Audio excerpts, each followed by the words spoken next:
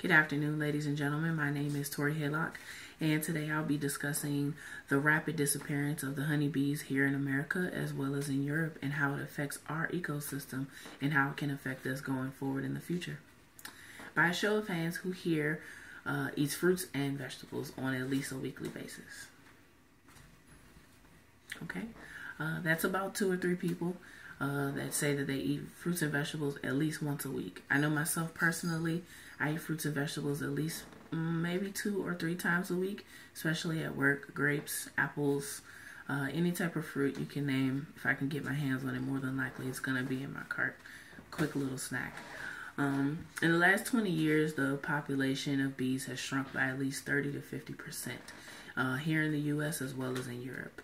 That disappearance and that population decline has been primarily caused by colony collapse disorder, also known as CCD.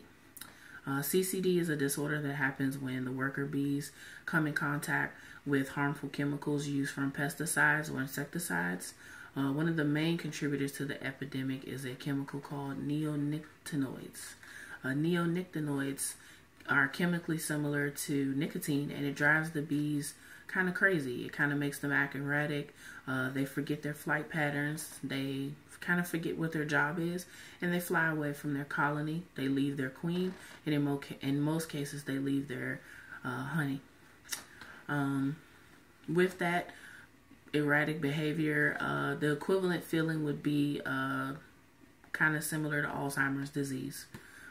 Anyone who has been affected by Alzheimer's disease or has a family member who's been affected by Alzheimer's understands what type of stress that puts on your family, what type of stress that it also puts on the person, because essentially that person is almost, they're moving through life, but they are unable to care for themselves in certain instances, and they're unable to do normal everyday things like going to work, like providing for their families, because they can't remember how to walk down the steps, or they can't remember how to get back and forth to work, something that they've been doing for many years. So it's definitely something that is very unpleasant to witness, and that is basically the same thing that's happening to the bees right now based on these harmful chemicals that some companies use to keep the insecticides or keep insects away from their fruits, their plants, their vegetables, their flowers.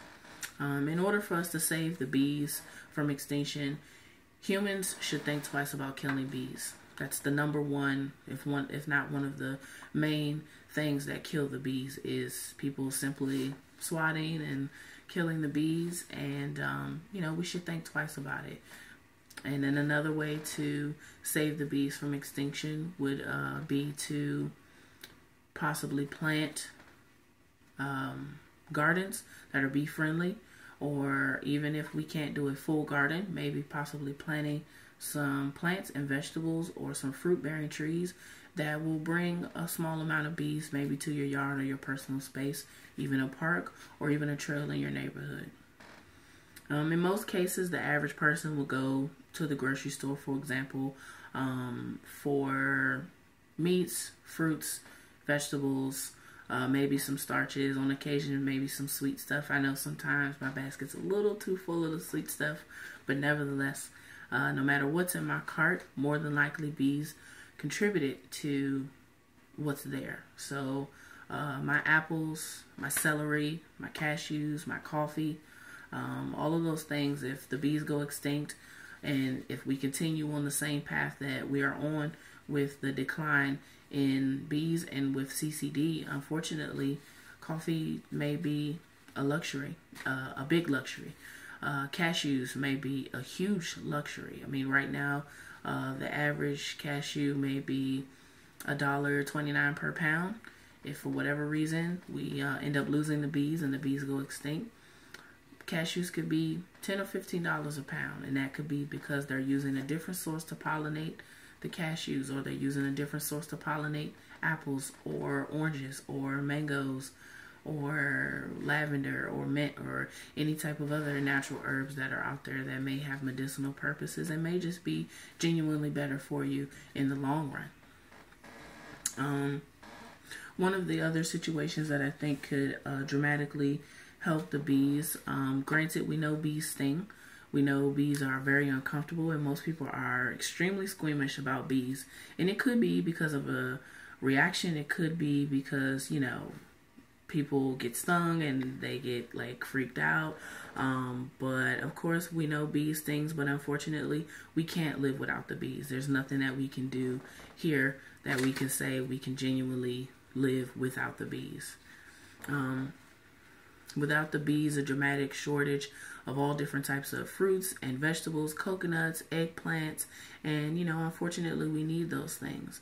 A perfect example of the price differences and how this will possibly affect us in the future. For example, shopping organic opposed to shopping non-organic. As we all know that there's a dramatic price difference. You could buy an organic mango and it may cost you $5 or $6, maybe even $7 or $8 depending on where you are. And if you buy non-organic, it could be $1.29. It could be $2.29, depending, like I said, depending on where you are. And that is something that should be a constant reminder to people, because organic fruit and vegetables, of course, our body thrives on organic food because it's chemical free. Our bodies thrive on chemical free water because that's something that our body needs naturally. And just the same for us, it's just the same for bees. Bees need chemical free food in order to thrive. They need clean water in order to thrive. And that's something that unfortunately, because of CCD and because of the use of pesticides, the bees just aren't getting that. Planting a bee-friendly garden in your house or in your home, in your backyard, your front yard could be extremely beneficial if you are into gardening. I've made some recent changes of my own in my own garden. I planted some knockout roses, which are pretty easy, very low maintenance. You don't really need a lot. You kind of plant it, water it, and that's kind of it. But since I've planted those roses, I also planted some lavender and I planted some mints.